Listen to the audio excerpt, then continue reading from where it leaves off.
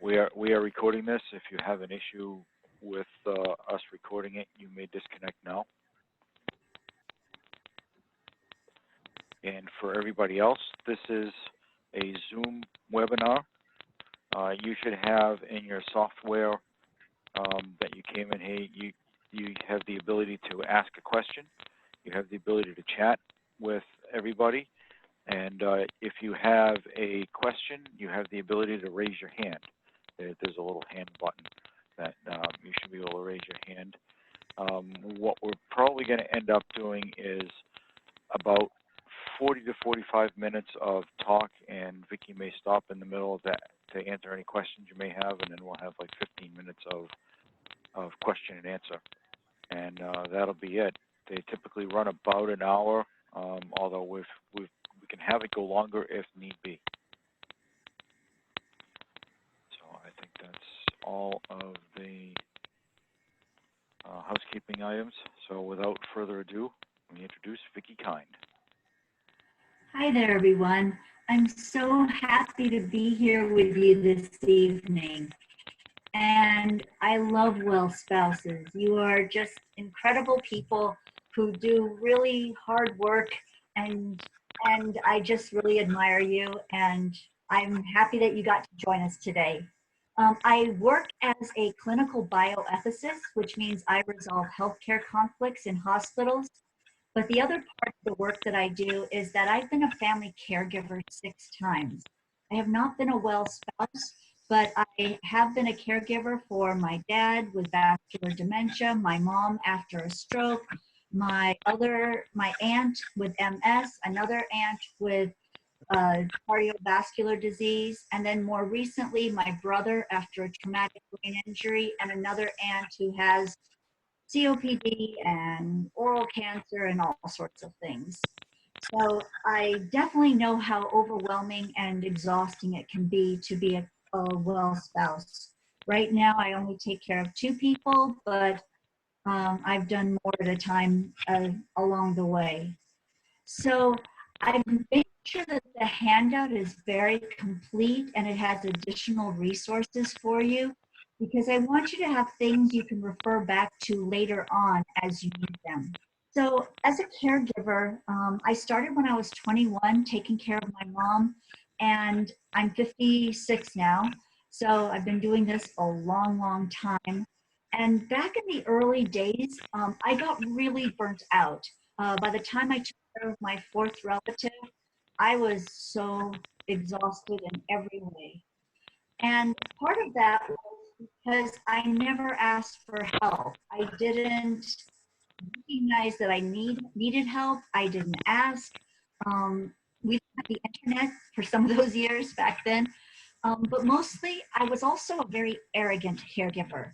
I thought I knew everything, I could do everything, no one could take care of people as well as I could.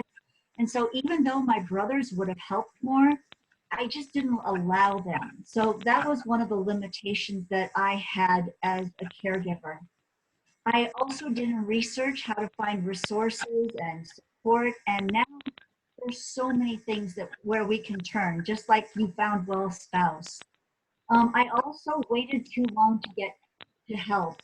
One day I was actually on the phone outside my house, and it was just more bad news and more things I had to take care of. And I literally fell to the ground. I shattered because I just couldn't do anymore. And eventually I did get up, but it was really challenging because I had to learn how to ask for help when really I should have been doing it all along. One thing I really regret is that I focused so much on getting things done that I forgot to have some more fun with my loved ones. It didn't always have to be work, but that's kind of the place that I went, is trying to get it all done instead of living my life with them instead of for them.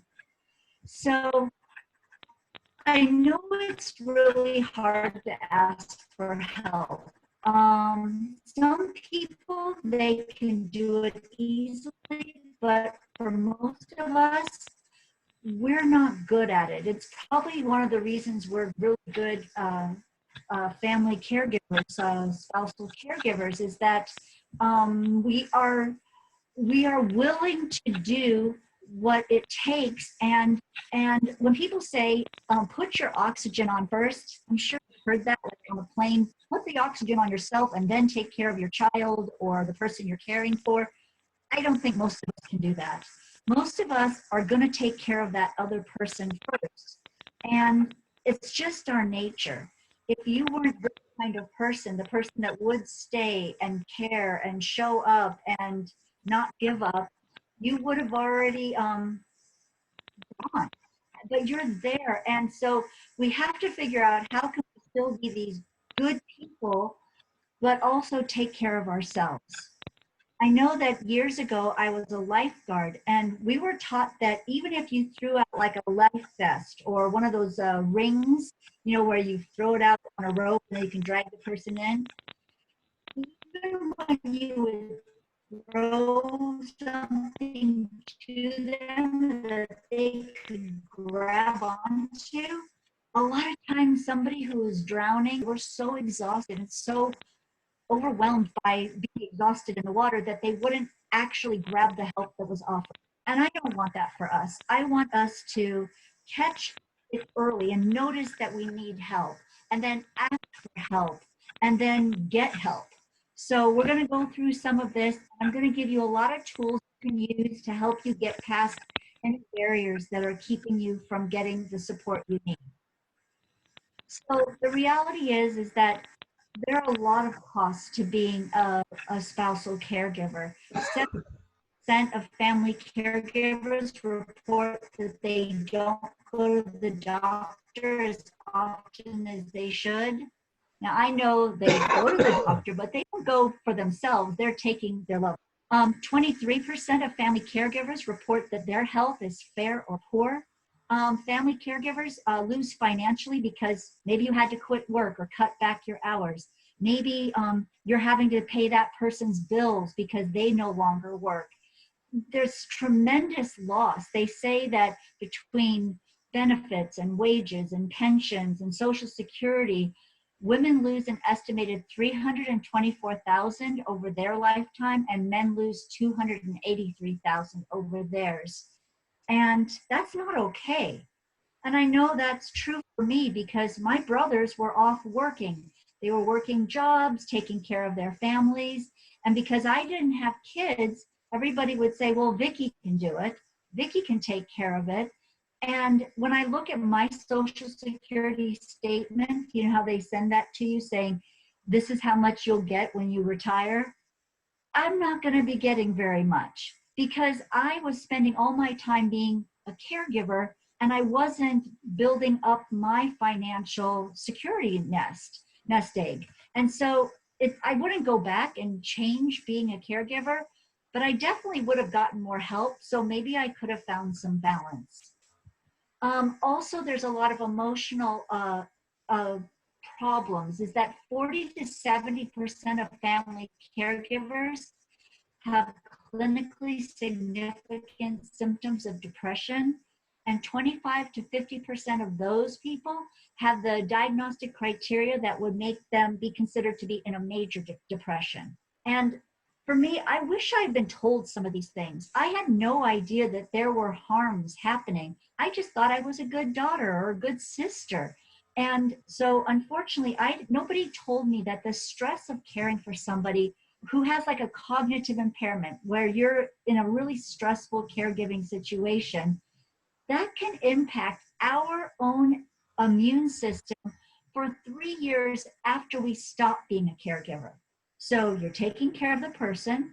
Unfortunately, the time comes and something happens and they're no longer there. 3 years later, you're still coping with the damage that was done because you weren't getting the help you need. You didn't ask for help. And our immune system is weakened and we may be getting chronically ill ourselves. I'm not saying this stuff to scare you, but maybe to motivate you that tomorrow you're going to wake up and you're going to start telling people, I need help. They also found out that family caregivers who experience extreme stress have been known to age prematurely, that we can die 6 to 10 years earlier than people who aren't doing this important work that we do. And I, this really worries me because I've cared for a lot of people. And does that mean for each person I've damaged my health that much? Um, how did they find this out? Well, they actually did a study years ago where they looked at parents who were the caregivers for chronically ill children. And they found out that they were dying earlier, the parents. Then they looked at adults who were dying earlier, who were caregivers, they were dying earlier. And then they said, why is this happening? So they went back and they found out that the telomeres, which is the part of the DNA, that makes us who we are, it holds it all together on the ends. Those were breaking apart, and that our DNA was actually aging faster. So again, I'm not trying to say this to worry you, but to maybe motivate you. Because I sure know that if I had known that I was doing the kind of damage I was doing to my health because I just thought I was a good person and I was trying to help people, I would have made different decisions. So I realize that a lot of times it's hard to express what that journey is like. One reason I really love Well Spouse is that Well Spouse understands that the challenges of being a caregiver for another person are very different if you're caring for an adult parent versus a spouse or partner or significant other. That there are different complications, there are different pressures. You can't get away the way you used to. But it's hard to explain that these are issues that we're struggling with in the long term. And so years ago, I actually created a word to describe this long-term grief and loss that we experience when we care for and about another person. And the word is care grieving. Care grieving is all of those different experiences we go through when it's hard and when we're struggling. And we know what grief is, right? Somebody's dying, we are sad, or anticipatory grief, we know things are turning, things aren't going well and the person's going to die, and we start grieving ahead of time. Care grieving is that grieving over the long term. And what are some of the symptoms of it? Well, sadness, I mean, I'm sure you have your hard days.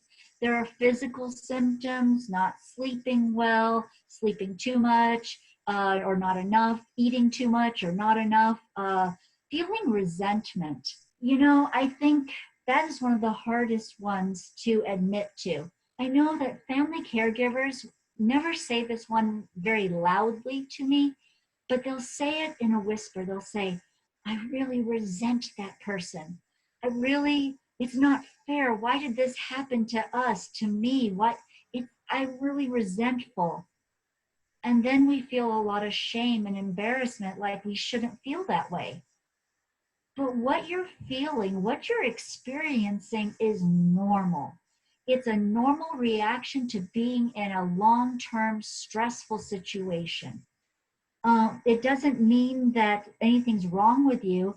It's just a symptom saying you need help.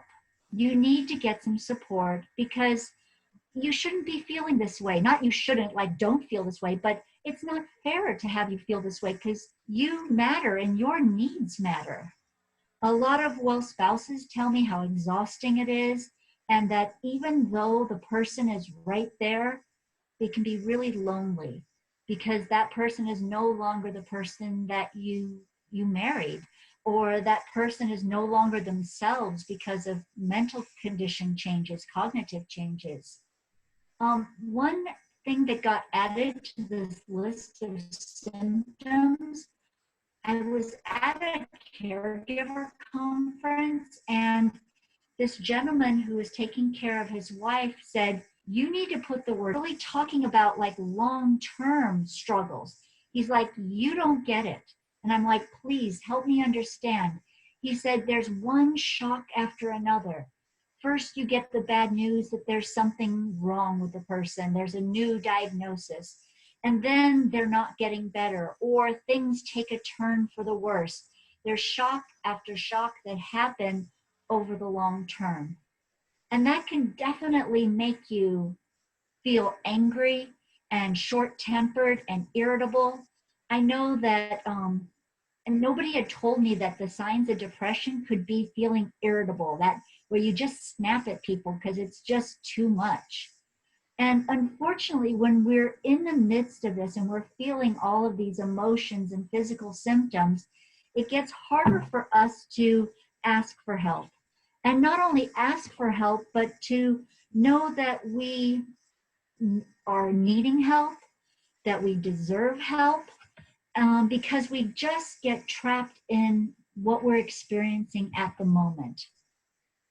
And I think anger is a place where we go, and instead of saying, help, I need help from people, we start being angry at people. Why aren't they helping? Why don't they know that I'm going through this, right?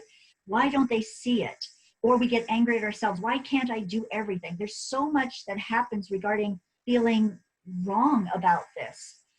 So what I wanted to do before we talk more specifically about asking for help and getting what you need is to talk for a few minutes about anger. Because again, it's so normal to feel it, but I think it does a lot of damage to us, because at some level it doesn't get us what we really want and what we need, and it's just causing more harm and damage to us. And it's causing harm to other people and damage, but mostly I'm worried about you today. You know, I know you're worrying about everyone else, and your ill spouse, but I'm worried about you. So I just wanted to share with you a little bit about what happens when we get angry. We have something called the limbic system. It's our emotional center of our brain. And there's where we have a part of our brain called the amygdala and the hippocampus.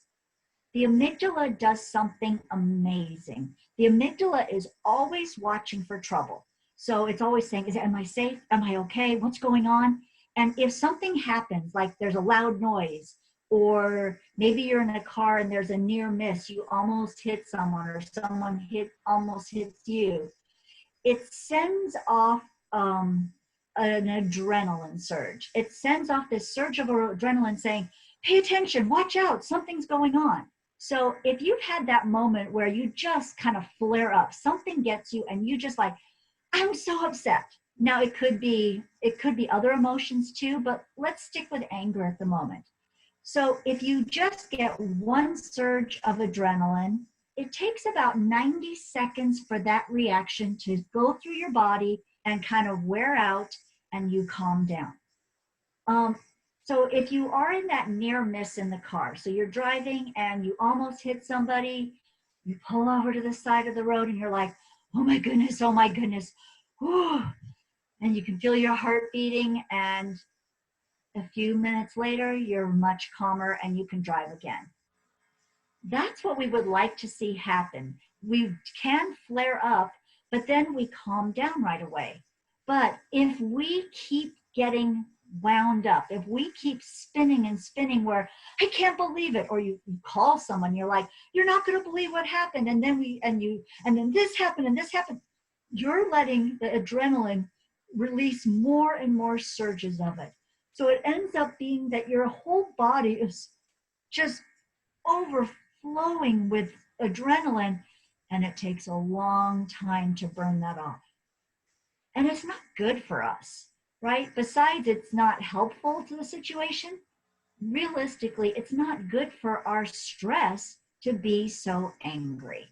And so the next thing that happens, the amygdala sends out the surge of adrenaline, or lots of surges. The hippocampus's job is to make sense of emotions. It's where we store our emotional memories. So maybe something happens and you get, oh no, and then your amygdala starts, and then your hippocampus shows up and it says, what does this mean? Oh, I felt this before. I know what this is. This is fear. This is anger, whatever the emotion is. And it brings up old memories. I don't know if you have this, but I do because I had siblings and sometimes we didn't get along and sometimes we still don't get along. And maybe that certain people just set you off. Even from your childhood, they still set you off. It's because we have these emotional memories in our brains that we react without even realizing it because none of us are thinking, what's the amygdala doing? What's the hippocampus doing? But they're doing their job and sometimes they're making it harder for us. Now, eventually, after all of that goes on, our neocortex or our rational brain wanders in and says, hey, everybody calm down. It's okay. I've got this. I can handle this. And slowly we can calm down. But unfortunately, if we don't short circuit that surge of, and the next surge and the next surge of adrenaline and stop ourselves from getting more and more upset, well, we get what they call emotionally hijacked, where we cannot get to our rational brain. But the good news is that we actually have a lot of control. And I think that's one of the things I want to give you today is some control over what you can control, right? Because there's some things that are outside of our control. But one thing we can control is our response to stressful situations. We have the ability to choose to respond to stimulation that's coming in through our sensory system at any moment in time. We can't stop that first surge of adrenaline from the amygdala, but we can control whether or not we get more and more wound up. One of my favorite books and authors is Dr. Jill Bolte Taylor. She wrote a book called My Stroke of Insight, and she was a neurophysiology professor. That was her expertise, the brain. And she actually had a massive stroke when she was 38. And she writes about what it felt like to have a stroke, what it took for her to recover and what she needed during those days and weeks of recovering, and how she rebuilt her brain. It's an amazing book. I really recommend it. I know it's in most libraries.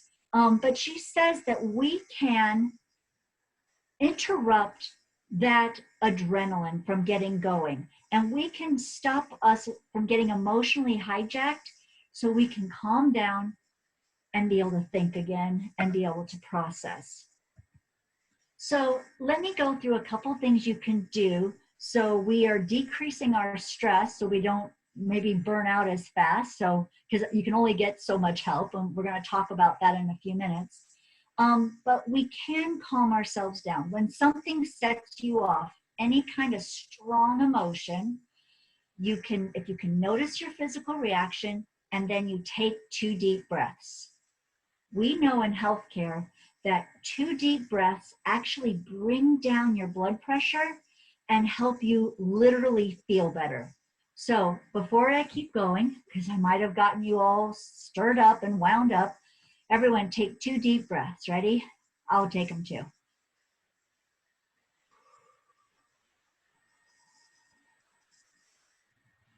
And if you can, take it in through your nose and then let it out through your mouth. And if you can, kind of purse your lips and let it go through your lips. Just that is good for you. In spite of everything you're doing for others, and maybe you don't have much time to do things for you, you have time to do 2 deep breaths. Any time in the day when it's getting to be too much, or even before it gets to be too much, take a couple breaths while you're going through your day. Another thing you can do is you can change your reaction by changing your thoughts. If certain people or certain things set you off, and instead of just saying, and then that's not right, and then that happened, and she shouldn't have said that, why does he always do that?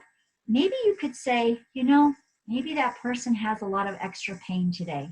Maybe that's the best they can do because they just can't do any better than that, or that's how their family is. A lot of times, if we can tap into our sympathy, our empathy, we can actually calm ourselves down and reduce our burnout. Okay, because that's what we're after today, is to figure out how we can feel better. The other thing I want to teach you briefly is the thought stopping technique. This has been around for decades, longer than that. And that's when you have one of those negative thoughts that pop in your head, like something that you regularly think of, like it pops in your head like a critical voice, like I'm not doing enough, I should do it better, or somebody that tells you you're not good enough. What you can do is when that thought pops in your head, you can literally say, either out loud or just inside, stop. That's not helpful. Don't bring that up. That is no help to me. Please never bring that up again. Any kind of stop. And then you immediately replace it with something that makes you happy. A memory of a place that you've gone. Like some people think about the beach because it's the warm sand and the sound of the ocean and the warmth of the sun. Or for me, I think about my cat. This is Lovey. And in the evenings before he goes to bed, I kind of have to like put him down to bed like he's a toddler. He lays on my shoulder and I pet him and he puts his head on my shoulder and we both just kind of sigh like, oh, that feels so good. So when one of those thoughts pops in my head that just gets me so angry or so upset, I say, stop, brain, don't bring that up again. I don't even have to think for very long because remember how our brain is pretty fast at turning things on, like turning on the adrenaline? We also are pretty fast at turning that off. The minute you think something that's positive, you're using your rational brain, which helps you get out of that limbic system, and it's something more positive. So I encourage you to experiment with that. Dr. Jill Bolte Taylor talks a lot about this in the last part of her book. And there's other people that teach this, but it might be a way for you to at least reduce the stress that you're under. So, oops, I'm going the wrong way of the camera. There we go. So what do we think of when we think about needing more help? There's the stress we feel on a regular basis, and the word stress is when we can actually recover. We all have stress, some of us more than others, especially if you're a well spouse. Stress is when you get a good night's sleep, you eat your favorite meal, you listen to some music, something that makes you feel better, and then you're like, okay, I can go again. Burnout is when you can't recover. Burnout is when it's gotten so much that the stress is just so overwhelming and it's just never ending that there is no amount of sleep that can make you feel better. There are no amounts of cookies that will make you feel better. It's just you are burnt out. And I'm spending some time talking about this because a lot of us, we get burnt out. And when we get so far down that stress road and now we're to burnout, it's very hard to ask for help and to get our needs met when we are so worn out. I know that if I had asked for help earlier, I wouldn't have gotten to that point where I just collapsed on the ground, that I just shattered. You know, now taking care of two more people, I recognize it. I have techniques and tools to notice that, whoa, I can get some help. I'm noticing it, and then it gives me the ability to ask, because if you wait till you're like drowning, you won't be able to ask. So I brought you a couple of different caregiver stress tests. The first one in the handouts they emailed you is this one, and it has different symptoms. I don't know. Oh, here we go. Oh well, it's hard to see on this. It has different symptoms, and it's a way for you to kind of measure: is my stress related to just pure exhaustion, or is it emotional stress, or spiritual stress, or is it the relationship that has stress? And sometimes if we know what kind of stress we're under, we will be better at asking for help for that issue, right? So if you're having a lot of emotional stress, how we solve that isn't necessarily somebody bringing your groceries for you. It might be, making a phone call to a friend for some support, or going to a therapist, or meeting with a faith community leader, or if you're in a spiritual crisis, right? Different kinds of needs need different kinds of solutions. So I'm not going to go through this in detail, but I just wanted to let you know I've given it to you.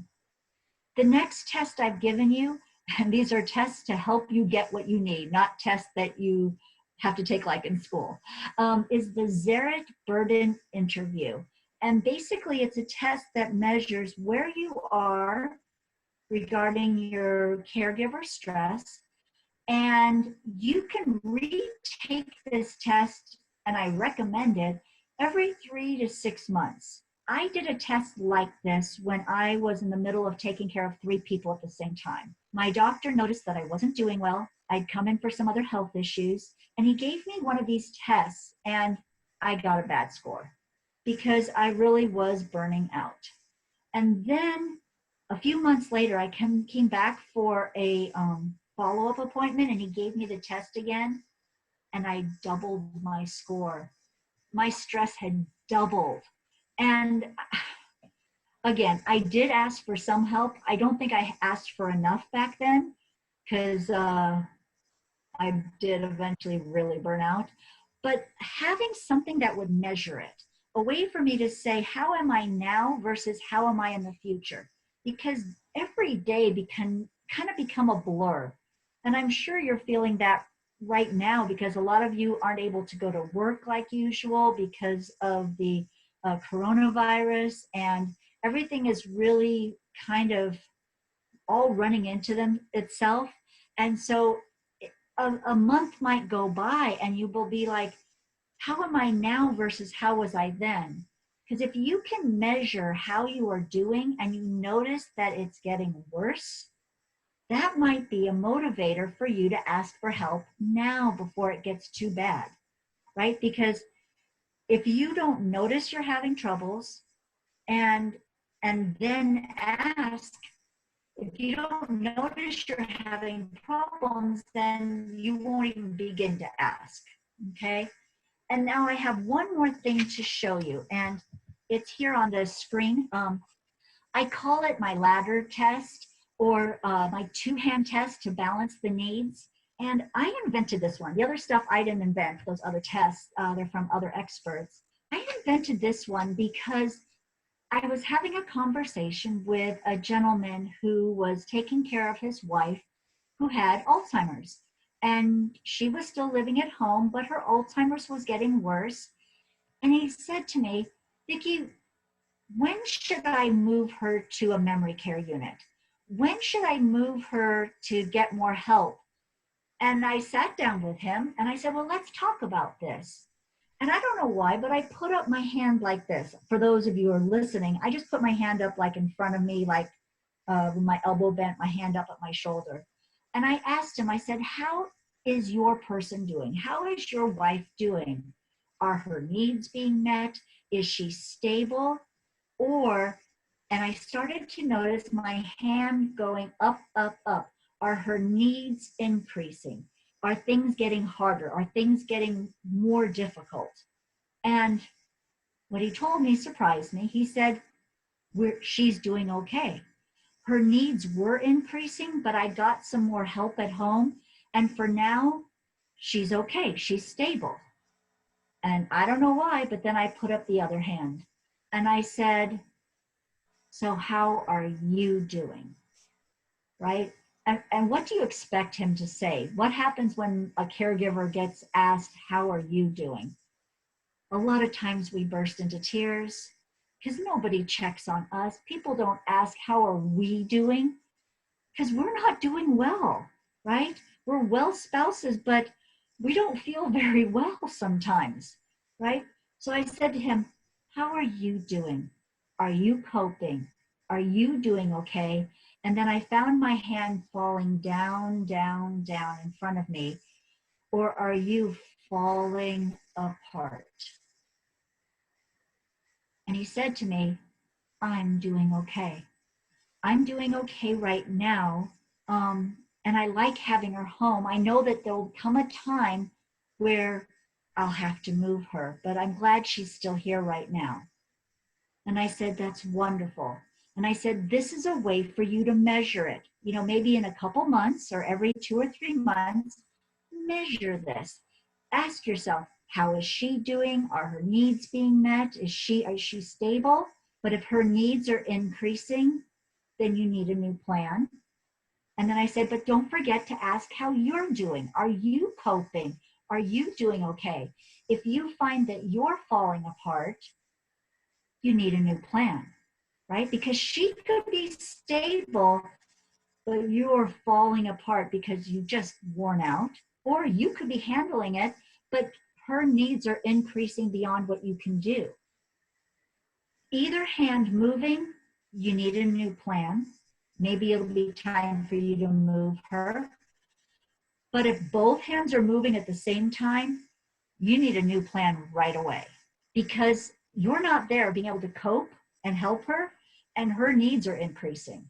I know that when I just shattered and I was just so depleted, my aunt, who was the primary person I was taking care of at that moment, the one with MS, she wasn't safe anymore, because if I'm falling apart, literally falling to the ground, she's not safe, and she didn't even know it, right? She thought I was still her caregiver and I was falling apart.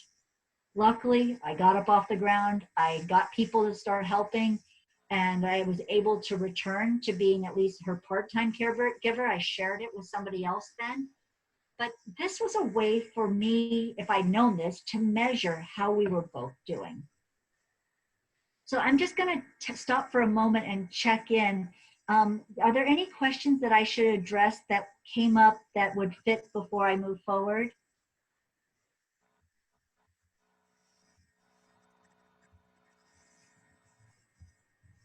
I don't know if anybody's typed anything or anybody has questions. Okay, then we'll just keep going. If you have questions, either write them down for yourself or type them in the little chat box. And Yeah, I have a question from Elizabeth. It was like, how do we get the handouts? Oh, good. Great. Oh, you know what? I sent them to, I think it was Bob. Oh gosh, I can't remember who. I sent them to whoever booked me for, whoever had me sign up to do this. I can't remember at the moment because I talked to 2 or 3 different people. I sent a whole packet of handouts, all these slides that you're seeing and these different stress tests. I assume that someone from WellSpouse will send those out to you by email. And if not, give them a call or an email, and I'll make sure that they get done for you. Okay, thank you for asking that. Sorry you didn't get them already. Anything else? Okay, I'm going to keep going and we'll stop again along the way. So when we think about getting our needs met and asking for help, we've now noticed that we need help. Hopefully you know you deserve help. And because you can't keep giving to somebody else, you can't pour from an empty cup. We have to, as people that care for others, we have to replenish and fill back up so then we can give and give and give. And then when we try not to get completely empty. You want to fill back up along the way. Think about like a car, right? You don't want the gas tank to get completely empty, because then you have to call for a tow or walk to the gas station and bring gas. I haven't run out of gas in a while, but I live on a hill and I wouldn't have to want to walk to the gas station. That would be a long walk. Anyway, so we want to fill up along the way so we can keep pouring out our love and our support to the people we're taking care of. So the first thing I've also given you, I always bring a lot of things because I am pathologically helpful. Can't help it. I've got to help people. Probably a lot like you guys. And so I brought you something called the Tree is what it says, how to say no.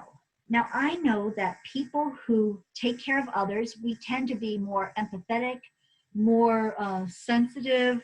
We can't just walk away because we would feel badly. We might even feel guilty that we're not doing enough, even though when we are doing enough, we sometimes even are more emotionally vulnerable, which means we have this beautiful big heart, but sometimes that can get taken advantage of. And I'm not just saying by our partner or significant other, it can be from other people in our families or our friends or our communities. And I think a lot of times that we also are more responsible, right? We know that we have to get things done. And because we feel responsible, we have a hard time saying no. So this How to Say No handout is awesome. It is so awesome because it's a way for you to have something you can say when people ask for a favor. And instead of just by accident saying, oh, okay, I'll do that, you have something to say when you either delay, like say, I don't have my calendar, I'll have to get back to you. Or let me read you another one. I don't have an answer for that, I'll get back to you. Or I may have something else planned that day, right? Something to delay having to say no, so we can kind of have the courage or the strength to say no. And then on the same handout are things that you can say how to actually say no. Here's one that I really like. I'm flattered you asked for my help, but I'm a bit overcommitted right now. Or I've decided I need a rest from that sort of thing, but thank you for asking.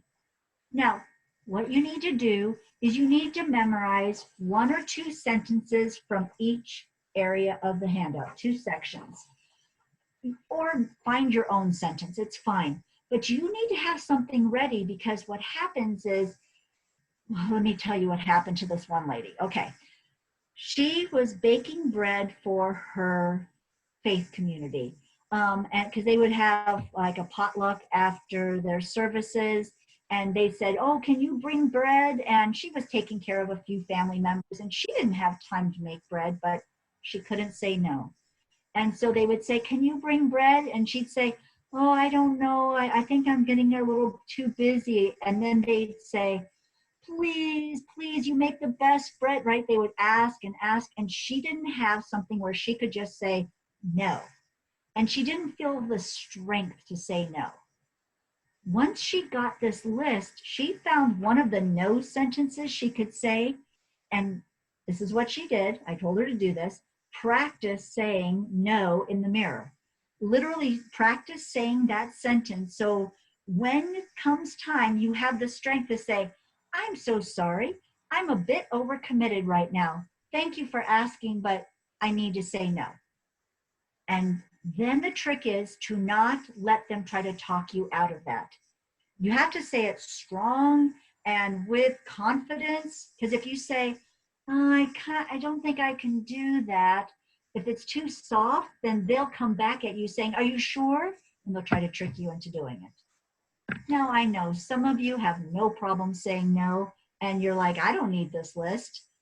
This list isn't for everybody, but it is for those of us who have a hard time saying no to others. I literally carry this in my purse, and you can take a picture of it and put it in your phone so you can reflect on it. I've actually been known to like go in another room and look at my list to find the right answer, and then I come back and I say no because it's hard. And so one of the ways that we get the help we need is by not giving too much to everybody else. Okay. Another thing I brought you is the To Let Go Takes Love poem. It's a really beautiful poem. Somebody gave it to me when I was doing more for others than they were doing for themselves. There are some people we take care of, they really can't take care of themselves, and we have to help. But there's other people that they should be more responsible. They should be doing what it takes to, get the care they need. They should be a bigger participant in taking care of themselves, right? This poem is also very good if somebody has a lot of addictions, or there are certain things you can't control, right? I mentioned that earlier. There's some things we can control, our own feelings, our own reactions, saying no. Sometimes we can't control others. And so sometimes we have to let go and realize, I can't control this person. I can't learn this lesson.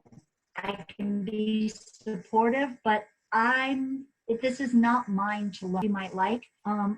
Again, I don't know which things you'll need, but I wanted to give you a variety because we're all different in different situations. So now let's specifically look at asking for help. And the first thing is that I want you to not only know that you need help, to know that you deserve help, right? Of course you deserve help. You are amazing people. And that if somebody offers you help, that you can say yes, right? Not just about saying no to getting overscheduled and overburdened. It's also feeling comfortable saying yes. Yeah, I'll go out with you. I'll go out and have some fun with my friends. This person can stay home because they're ill. I'm going to go out for the evening. Yes, I'm tired, and we make excuses, right? Because it is tiring what we do. I'm tired. I don't know if I want to go. But if we do go, what we usually find out is we had a good time, right? One of the wounded warrior wives that I was working with, she said this was the hardest thing for her. She could easily say no, but she had a hard time to saying yes. Yes, my needs count. Yes, I deserve a night off. Yes, I'm allowed to have people do things for me. Yes, my needs count too. Maybe say that with me for just a moment, everybody. My needs count too. I matter. What I need matters. Whatever you want to say, maybe write it down and read it every morning, right? Because you do count and your needs do matter. So I want you to start considering that because you deserve help, um, it's actually a way for you to give other people an opportunity to learn to be better. If you're doing everything, then the other people in your family, they're not learning that important way of being better people in the world. You're not teaching them how to accept graciously, right? I'll accept your help, which teaches them to accept help in the future. They aren't experiencing the joy either, right? Helping other people is not just hard work. I mean, mostly I've talked about it being hard work today, but there's also joy in taking care of somebody. And somebody else should get that joy, right? So let's look at this in some other ways. Now, hopefully, if you're driving, don't pull out a piece of paper and pen. Uh, or if you're just comfortable in your chair and you don't want to get up, that's okay too. But if you can, have a little piece of paper and a pen. We're going to do this little exercise together. I call this my 4-step process because there are 4 steps to it. So the first thing I want you to think about is if somebody says, you should just make time for yourself, or why don't you just ask? There's certain things that run through our heads where there's certain, I call them resistance statements, where we resist even beginning to accept help, right? You should just ask. We don't even ask to get the help. And people have told me, in fact, some well-spoused people have told me, they'll say in their head, oh, they don't really want to help. I don't have time to teach them what to do. It's just easier if I do it, right? There's some, I'm not going to call it an excuse. It's more like we're resisting asking for and accepting help. We resist, and therefore we don't get the help we need, right? If you don't allow people to help you, they won't help you, right? So first off, write down what you say to yourself if somebody says you should just make time for yourself, or if you just ask, I'll be glad to help, and you're like, no, you're not really going to help. Like, what runs through your head? Write down some of those. Maybe they don't know what to do. I don't want to be a burden. All these different things. Okay, you got your one?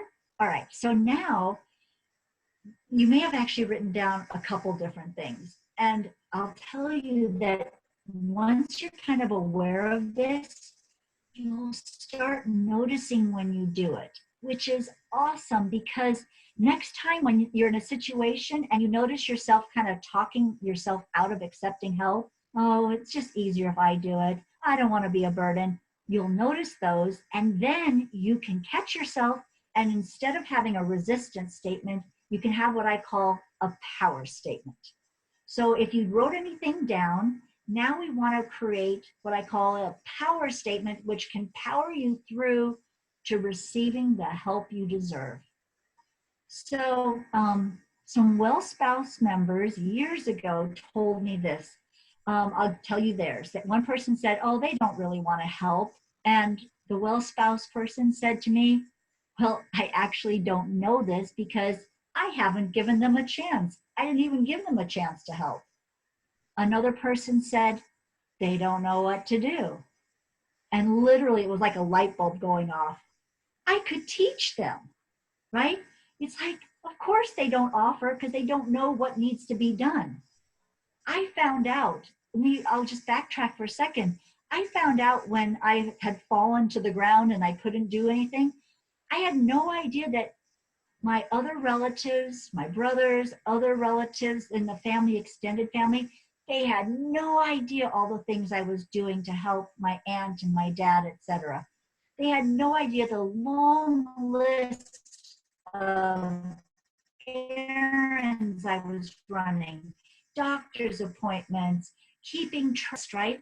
I actually made a list of all the things that I was doing, and I sent it out to my relatives so they could all start taking over some of those responsibilities while I kind of recovered. They're like, we had no idea, right? And I could teach them. Another one, somebody told me it's easier if I do it. Just easier if I do it. Just easier. And the person said, but only the first time. Sure, it's easier if it takes a little bit of effort the first time to teach someone else. But once you've taught them what to do, they can help you again, right? You just have to train people. You didn't know how to be a spousal caregiver before, but you learned. People can learn, and you deserve the help. All right, so those are the first two steps. Start to notice the things where you're talking yourself out of getting the help you need, and then what can you say to counter those resistance statements. The third step is my favorite step, and this one you have to do later. Write yourself a note. Do it instead of being mad that people aren't helping you. Make this list and use it to empower your life. Make a list of everything you need help with. It could be practical things like, could somebody pick up these 3 items at the store because I can't go out. I don't dare get sick because I can't get sick because somebody else is depending on me. Or could someone just call me and talk to me occasionally because I just feel so lonely? Or financial, can somebody pay for this? Or I need resources and information. Write down everything. And this, I kind of call it my blue sky list. Like, if all the things happen in the world that you want, what would be the things that would help you? What would you want? And make a long list. And the first thing you'll notice is that some of the things on this list aren't just for people locally to do. A lot of things people from a distance can do. When I was so depressed and so worn out, my one brother who lived in another state, there weren't a lot of things he could do on a practical level at that time. He couldn't take my aunt to the doctor. But I called him and I said, I need help. Could you call me every day to check on me because I'm not okay. I'm not okay and I need someone to check on me. And literally every day he called me. Sometimes we'd talk for a while. Sometimes it would be a, hi, I'm checking on you. And I'm like, I'm good today. I'm okay. After a few weeks, maybe, I don't know how many, could have been 2 or 3 or 4 weeks, I said to him, you could call me every other day, right? Because I was getting filled back up. I was getting replenished, right? I was getting the help I needed. And then I said, you could call me once a week, right? Because we may not need help forever in certain areas, but we need it now. Now, what are we going to do with this list? We are going to send this list to everybody you know. And if you have a printer at home, print it out and carry it in your pocket. And when somebody nicely says to you, is there anything I could do? Do you need help with anything? I think people are actually being pretty helpful right now because we're all worried about each other. If somebody asks you, what could I do to help? You say, I'm glad you asked. And then you reach into your pocket and you pull it out and you say, here's a list of things I need help with. Is there anything on that list you could help me with? And let them choose what works for them. Because maybe they're no good at helping somebody who's very sickly because they are really uncomfortable around people who are sick, but they could definitely do some research for you regarding what's the best kind of wheelchair to buy. Where are the best bargains if I'm shopping for something that I need? They could do that from a distance, right? They could do research online. I'm literally right now ordering food for a relative in another area because she can't go to the market. She has too many medical issues. And so I go online to her local supermarket and I make her order and then they deliver it to her. She tells me what she needs. I type it in because she doesn't use the computer, right? People are amazing and people like to help each other. I was so amazed that people would help me in all sorts of ways that I couldn't imagine. Maybe you take turns with another person who takes care of their spouse. And you say, you know what, I really want to go to this Alzheimer's support group. Could you watch while you're home with your person? Can I drop off my person and you watch both of them so I can go on Thursday? And then another night, you give me your person so you can go to your support group, right? We can share responsibilities. I mean, some things we can't share, but there's a lot we could do to help each other. And maybe it's just a phone call. Other people could actually help make your spouse happier. I think this one is wonderful because we're not responsible for everything for that other person. Their food, their shelter, the bills, every little need that they have. Couldn't someone else do some of the other parts? Could someone you know call and reminisce with them? Right? People like to talk about the old days. Could somebody call and say, hey, remember when we were kids? And they sit on the phone for a half hour chatting so you can take a nap. Or do you have somebody that is a big worrier? Could somebody else call and listen to them complain about their worries, right? I don't want to just listen to people worried all the time. Somebody else could maybe listen. Maybe you could have them take them out for a drive, right? Or maybe it's going to be your birthday and could someone else take this person out to buy me a present, right? Don't use your own money. Have someone else take them out because your spouse or partner or significant other, they want to give back to you too. I know that not all of us have a situation where that person can do other things. I know sometimes it's all on us, but a lot of times we take over so much that we are not allowing that other person to have a role in the family. Maybe it wasn't the same role that they played before, but there are things that person can do. They could stir the food that's cooking. They could fold the t-shirts. There's things people can do, and we all want to matter. We all want to have some purpose.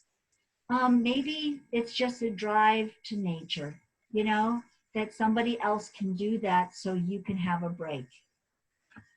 In the handout, I've also included some ideas for people, especially right now, because I know some of you are taking care of your spouse who lives in an assisted living or a skilled nursing facility or boarding care. Kind of a really hard time right now because we can't visit, and there's, you know, that gives you a little bit of a break, but it also brings all sorts of worries.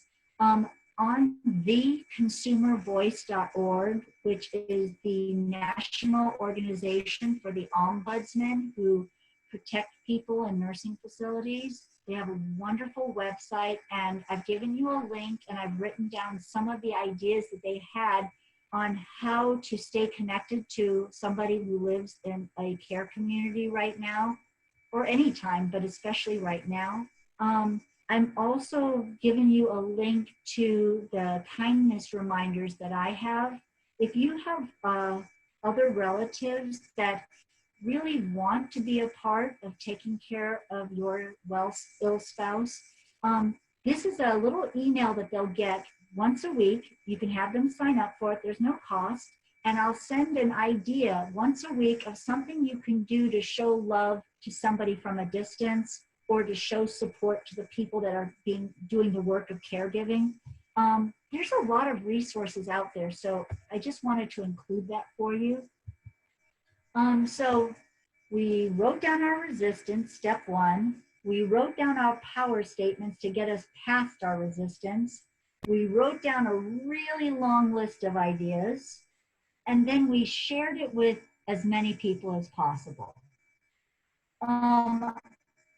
I know one person, this is about 5 years ago, she said to me, Vicki, I'm going to email this to my pastor at church and he can send it out to everybody in the whole church. And I'm like, wow, you're going to get a lot of help, right?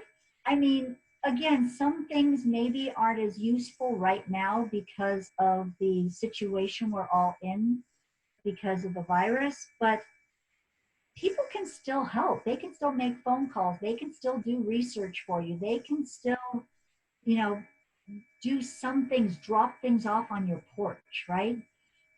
If there's certain deadlines that need to be done, put that on the list so people know when it needs to be done. But share it with people. First off, people will know how much you're doing and how much help you need. And then you'll also get all sorts of things in return.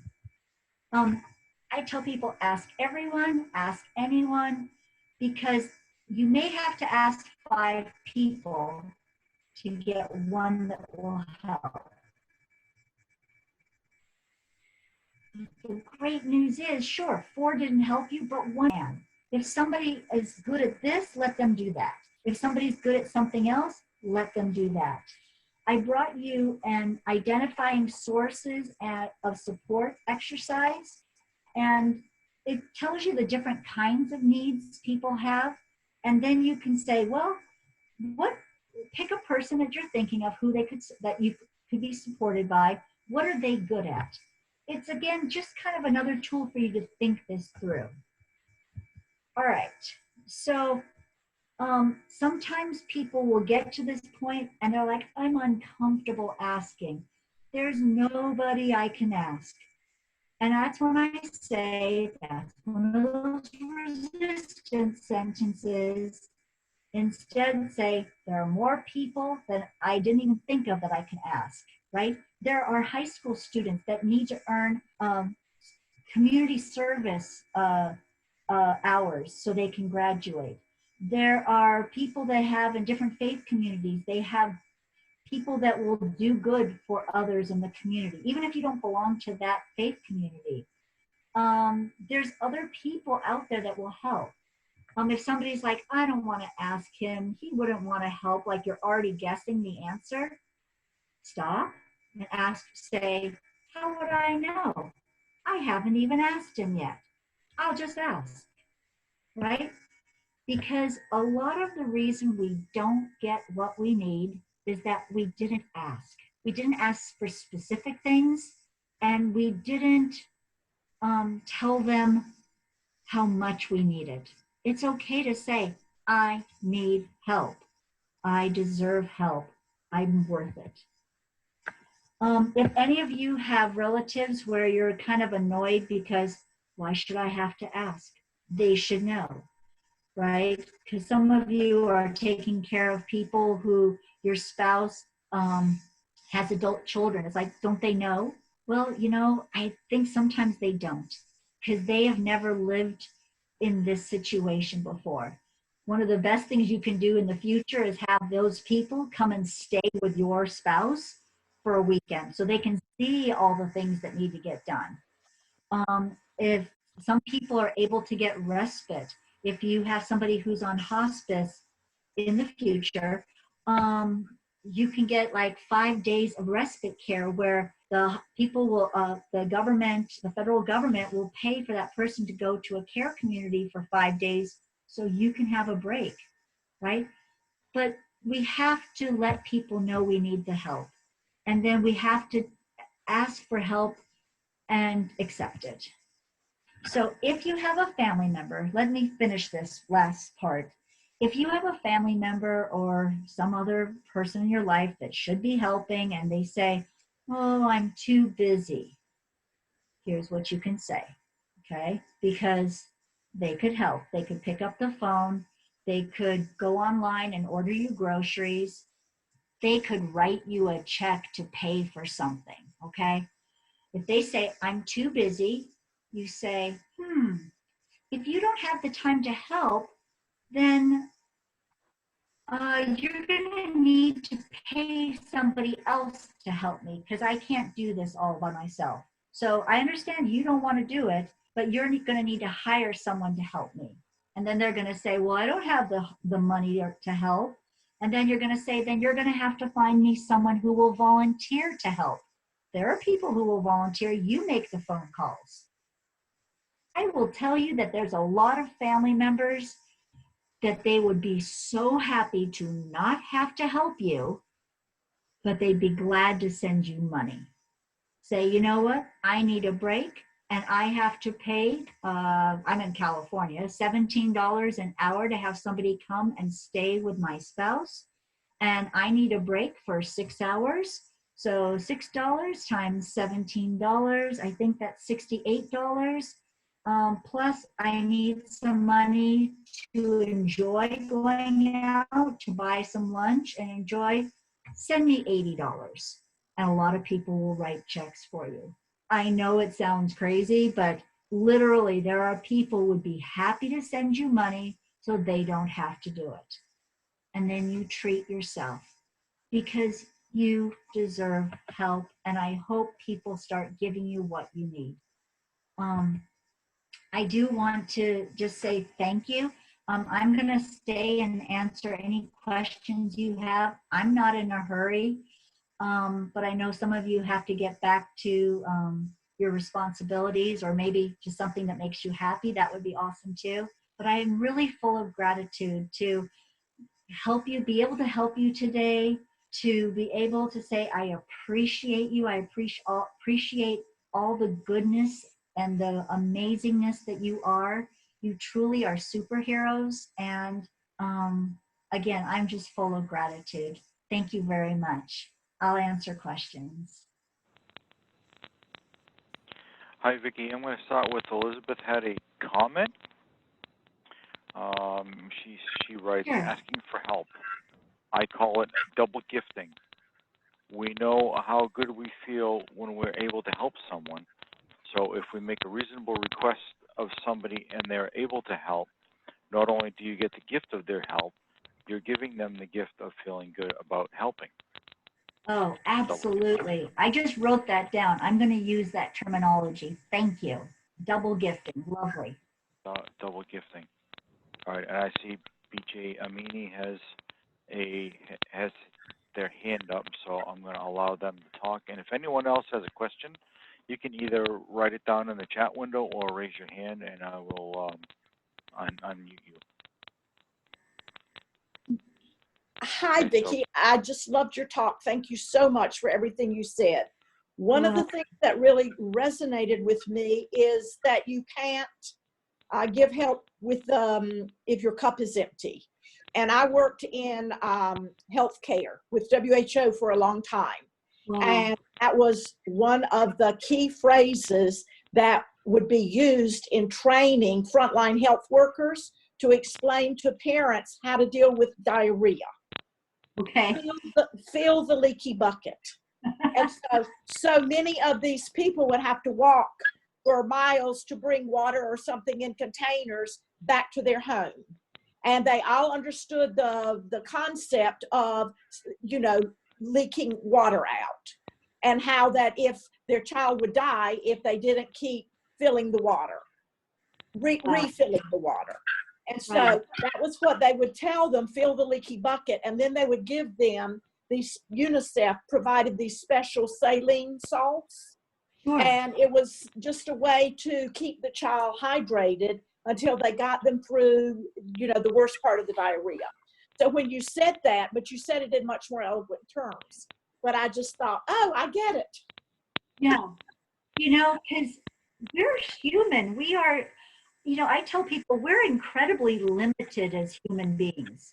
You know, we think we are so capable, and we are, but we are also so fragile. And we have to keep filling back up, however that works for us. I love the leaky bucket. Thank you. Yeah. I don't mean to take over the conversation, but one other thing. I was watching this PBS documentary last night about the gene, and it just reminded me of how there's nothing new under the sun, and especially during this time of sheltering in place during the COVID virus, how that things that we were pioneer people did are what we're being recommended to do today. Yeah. And go ahead. It just reminded me. No, just for survival. Yeah, you know, I actually think that there are some terrible things that we're all having to face, of course. I mean, just the losses and the pain. I work in healthcare, and I have so many friends who are so vulnerable, and the people, oh, it's just terrible. But I'm also seeing amazing goodness. I see people in my own neighborhood, you know, bringing groceries to seniors who need help. You know, I have a life-limiting illness, so I can't get sick. I can't go out. And I have so many people calling to check on me. You know, I'm fortunate that, you know, I have a husband and we're doing fine, but it's people, there are good people in the world, and you know, people want to help, and if we keep saying no, don't help me, you're not giving them a chance to give you that double gift, right, where we both get the joy of accepting and giving.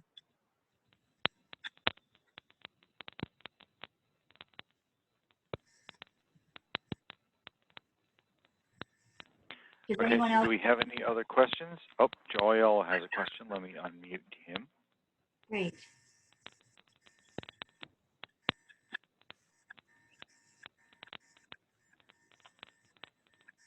There, I can hear me now, right? Joe, there you go. Yep.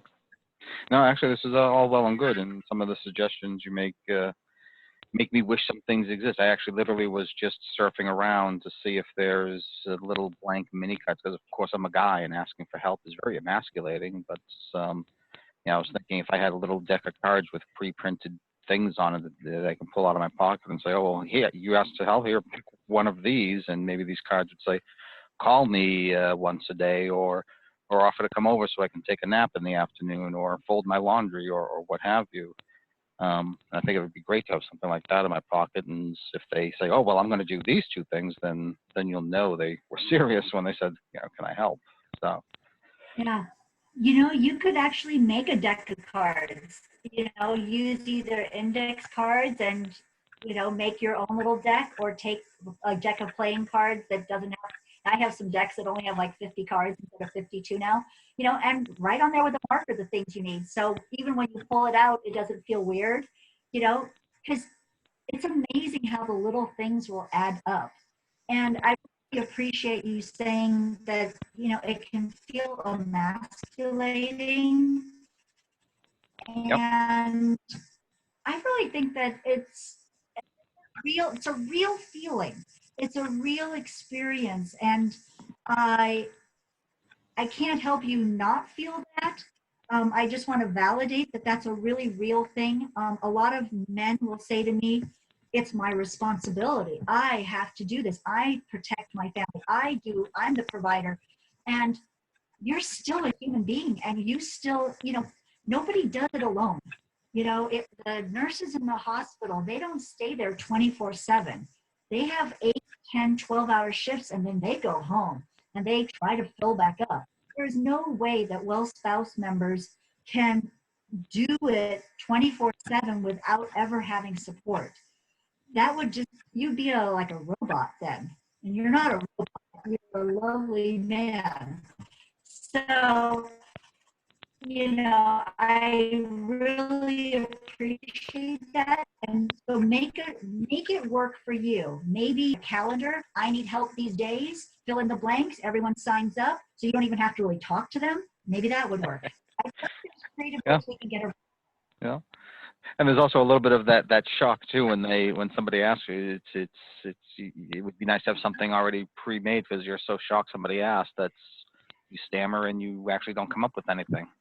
Yes, I love that. That's so true. It's like, I'm okay. And then you get home and you think of how many things you could have said. Yeah. Right. You know, and even if you only put 5 things down, you know, I said make a big list. Whatever you can do, this is your experience. These are your lists, your different exercises and different tests you can do to help you get through this. Make it work for you. And you know, you're not alone. You know, there are 45 people who signed up for this call today, and you know, other people are going to listen to it afterwards. We are all in this together. So thank you, sir. Thank you.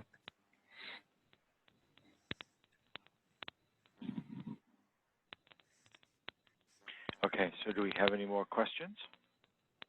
Well, I don't know. This is BJ. I just don't know so much about a question, but it resonated so much what you said about slowing down. And I know to take the breaths, but especially, you know, I was doing great. I went to a respite conference. I got respite care in place, and then COVID-19 hit. And I was seeing the light at the end of the tunnel, and then everything comes crashing down. But I was coping. And now they just extended, I'm in California. So I have basically not gone out of my house now since, for a really long time, because my children are in health care and we started sheltering in place long before the governor put out a recommendation. Yeah, me too. So, you know, I mean, we worked for WHO. We understood what was going on a long time before it became official. Yeah. Well, the good news is we're going to be okay because we are sheltering in place. Well, this is the thing. We should be okay if everyone. I feel it's really hard for the people. Yeah. Well, I mean, I'm gonna do what I can. You know, I stay at home, but I also making phone calls to people that need support. Yes, I'm sorry, BJ. What? No, I understand. Power of positive thinking is wonderful. Yeah, it's you know, Wonderful. Yeah. And you're so good at that. And I want to appreciate you speak so kindly and lovingly. I speak loudly. I'm going deaf. I like you. You're good. You know, there's a lot of things we can do even at home. Like, you know, I can't go out necessarily and take long walks, but I can march up and down when I'm waiting for my hot tea in the microwave. You know, Right. Nikki, Yes. we can't go, and there's certain things we can't do, but be creative. Like you can literally like grab soup cans and go lift them up and down for 5 minutes, and that's exercise. You Trust know, me. I mean, my daughter, who is in the healthcare field and is still working remotely from home, exercises 24/7. And she gets angry with me because she says I don't do enough. But she doesn't understand.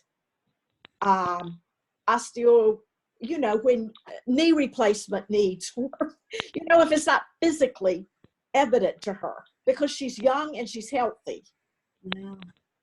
They don't get the unseen psychic or emotional pain. Yeah. They get that their father is deteriorating because they can see that. Right. The arrogance of youth. Yeah. And we were all like that. There's nothing like using a cane to get more sympathy. If you just have the same injury but you don't use the cane versus use the cane, all of a sudden people are like, oh, how can I help you? It's like, wow, people have never been this nice to me. I think that if you can be creative and think of a way to help them understand with, I call it parallel storytelling, where you give them an example that they could relate to, right? Because we've all felt certain emotions. Like, so, they've had a broken heart before, so they know what sadness is, so maybe you can say, how you felt when that person broke your heart, how Right. sad, that's how sad I'm feeling right now because I can't go out, I can't see people and, feel like connected to my community. They're not going to understand what you're feeling, but they have felt certain things before. Or maybe they've never had a bad knee, but they've had cavity filled. You know how Right. your No, but see, you're so creative, and I am not of a creative nature. This is what I love listening to you. And then the other thing, how do we get your handouts? I mean, it's printed out. How do I get that? Well, So let me just step in here, if I may. great. COVID-19 caught all of us in a bad spot. And as you probably realize, I'm the president of Spouse Association, Robert Master Giovanni, and I'm here in New Jersey. And our office is in Freehold, New Jersey, and has been closed for quite some time. We have been able to encourage communications, and we've encouraged conference calls and Zoom meetings. And this particular webinar, we've encouraged them to go on because during this time, our members need us even more. But somehow, with the office being closed, I don't know exactly what address Viki used to send her handouts, but I'm sure they're in the system somewhere, and they will turn up.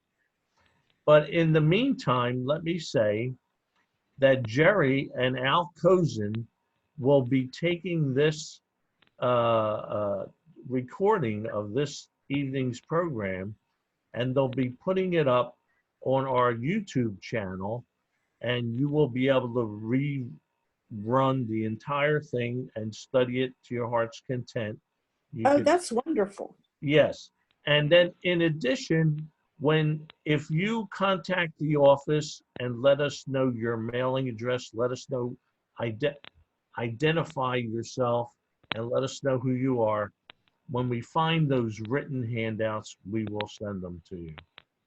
And that's I will go ahead and re-email them to all of you, and so they can be sent out by email. And if you need them printed, then and then Robert will take care of that. Okay. Well, we have to be patient with each other. Before we hang up, I'll make sure you have my email address. Thank you, Well, we sir. do have a question. We still have another question left. Go ahead.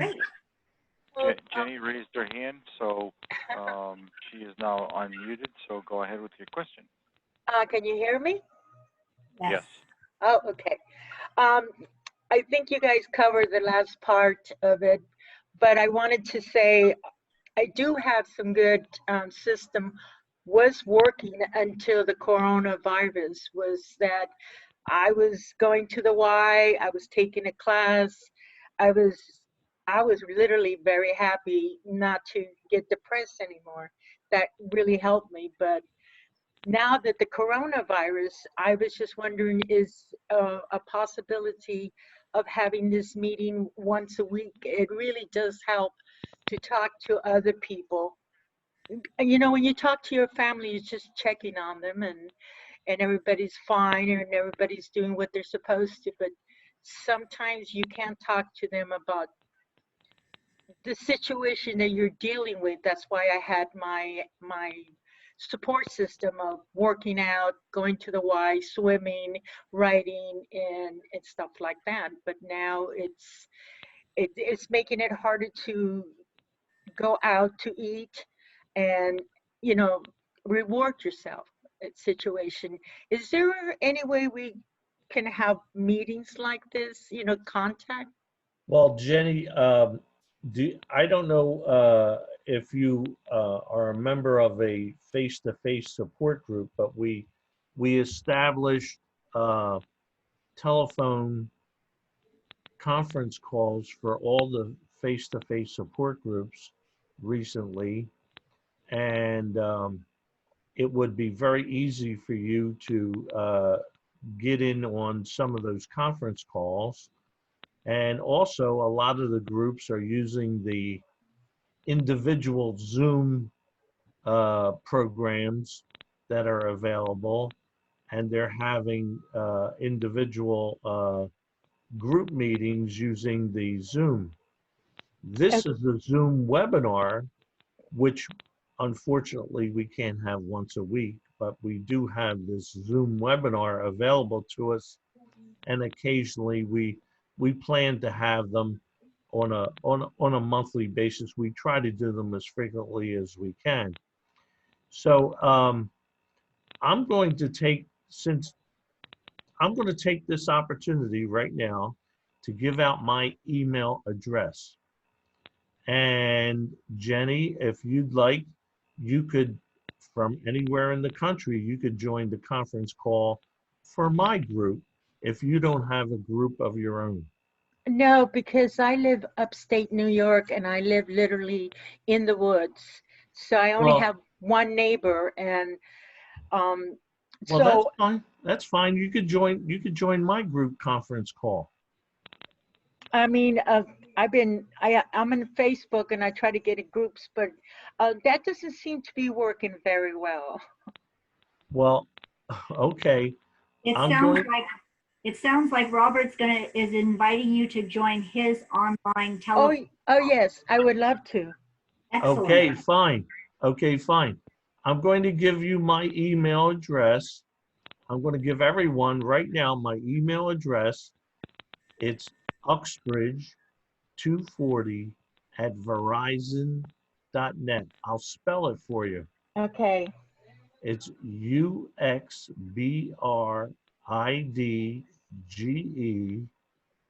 240@verizon.net. Okay, I didn't get that. Is there any way you can put it in the chat? Yes, I will. I will type it in the chat. I will type I would greatly appreciate that. Thank you. I'm going to type Good it in idea. the chat right now. And then anyone who gets a hold of me at that address, I will let them join my conference call group. Because we recognize that in these trying times, our members need to talk more, and they're not going to be able to go to a face-to-face meeting. Do you see it on the chat? I just typed it in.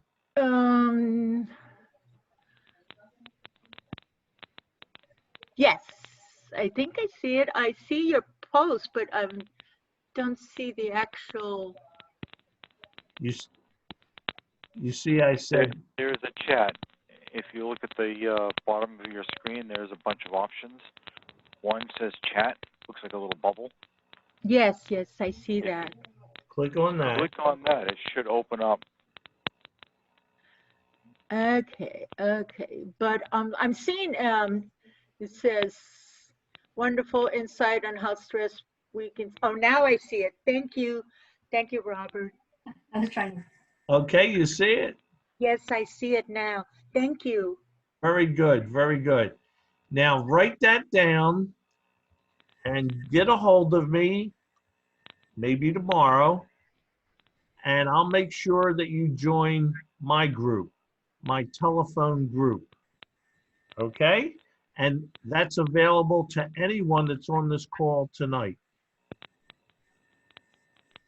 I live in the state of New York, so I looked up on your well spouse support groups nearby me, and there's nobody nearby. Well, that's good. Well, that's why this is good for you. This will work for you. It's one of the It'll best be things just like about. It's a great thing about Well Spouse is they have the online chat room, they have phone support groups. You know, they realize that we're all in different places, but we're all in it together. So No, that's it's why great. I have to tell you, you were amazing. A lot of those things I am doing. But the only other problem I have is my husband doesn't accept anybody else but me. So I try to slot in times before to be able to get away and rejuvenate. And I was doing great because everybody runs to the hills because nobody wants to deal with him, and he doesn't want to deal with nobody. So I am in that kind of situation. Mm. That's always difficult. It's much more, it's much easier when the care recipient is cooperative. Oh, I I'm know. I'm sorry to hear that. That's rough. Yes, I think last year I tried to get away for 2 weeks, and I was getting phone calls saying you can't leave for 2 weeks ever again. Hmm. Yeah. So I'm kind of negotiating until all this coronavirus is over. It's Mhm. it's tough. Yeah. You should be very proud of yourself and everybody that's still on the call. Be proud of yourself that you all have built support systems and everything that you've already gotten in place. It will all come back again. We're just going to go through this time period and be a little off kilter. But the good news is that you have been making progress in getting help and support and finding your joy in spite of everything. I'm very glad for all of you. No, thank you very much. You were great. Thank you. Yes, I'd like to add my thanks, Viki, and Viki. We look forward to a continuing relationship with you. There are a lot of topics that you offered us, and Jerry and I will be